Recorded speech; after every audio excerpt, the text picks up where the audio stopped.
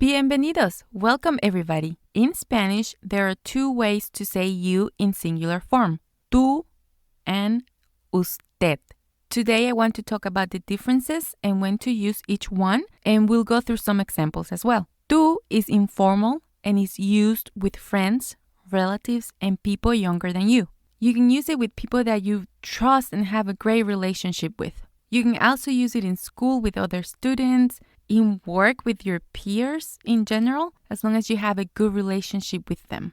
Usted, on the other hand, is formal and is used to show respect towards someone who is older, in a position of authority, or someone you don't know really well. So here, somebody in a leadership position at work, or a teacher at school, or even grandparents. We show respect to them and we will use the formal you, usted.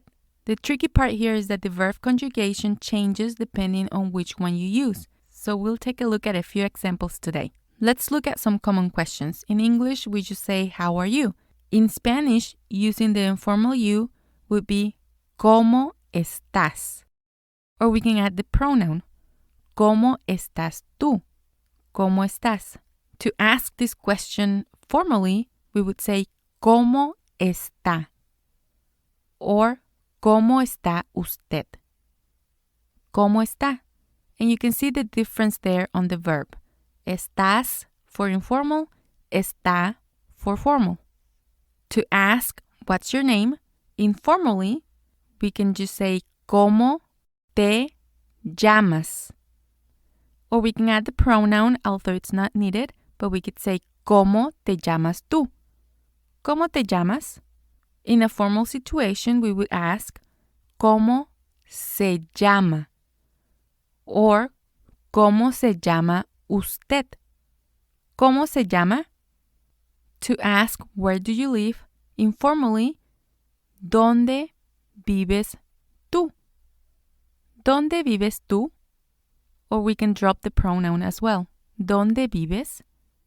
Formally, we can ask, ¿dónde vive usted? ¿Dónde vive usted? Or we can drop the pronoun. ¿Dónde vive? What are you doing? ¿Qué haces tú? ¿Qué haces tú? Or ¿qué haces? That's for the informal. And then for the formal, it would be ¿qué hace usted? ¿Qué hace usted? ¿Qué hace?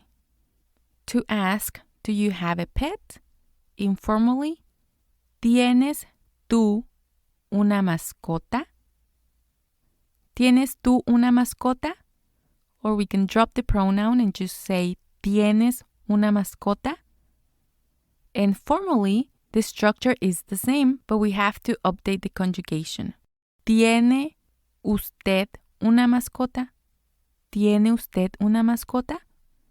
Or if we drop the pronoun, ¿tiene una mascota? So here again, you can see the differences in the verb conjugation. Tienes for informal, tiene for formal. What do you like to eat? ¿Qué te gusta comer? ¿Qué te gusta comer? Or, ¿qué le gusta comer? ¿Qué le gusta comer? To like is a funky verb in Spanish, but we have te for the informal, te gusta, or le for the formal, le gusta. Where are you going? ¿A dónde vas tú? ¿A dónde vas tú? Or we can drop the pronoun and just ask, ¿a dónde vas? For the formal you, ¿a dónde va usted? ¿A dónde va usted? Or ¿a dónde va? So here the verb is ir, vas versus va. Can you help me? ¿Puedes ayudarme? ¿Puedes ayudarme? That's for the informal.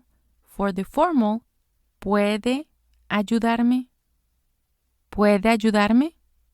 Do you know the answer? For the informal, ¿sabes tú la respuesta? ¿Sabes tú la respuesta? Or we can drop the pronoun and just ask, ¿sabes la respuesta? And for the formal you, ¿sabe usted la respuesta? ¿Sabe usted la respuesta? Or ¿sabe la respuesta? Are you tired? For the informal you, ¿estás tú cansado? ¿Estás tú cansado? Or we can just ask, ¿estás cansado? And for the formal you, ¿está usted cansado? ¿Está usted cansado? Or ¿está cansado? So here we will use cansado if we're asking a male person. For a female, it would be cansada. Do you work tomorrow? For the informal you, ¿trabajas tú mañana? ¿Trabajas tú mañana? Or we can drop the pronoun and just ask, ¿trabajas mañana? And then for the formal you, ¿trabaja usted mañana? ¿Trabaja usted mañana? Or we can drop the pronoun and ask, ¿trabaja mañana? So again, here the difference is in the verb conjugation. I hope this is helpful. I already have a few videos on the channel talking about verb conjugations, and I include the differences between tú and usted. I will leave you with one of those videos here so that you can learn some of those differences in the verb conjugations. Thank you.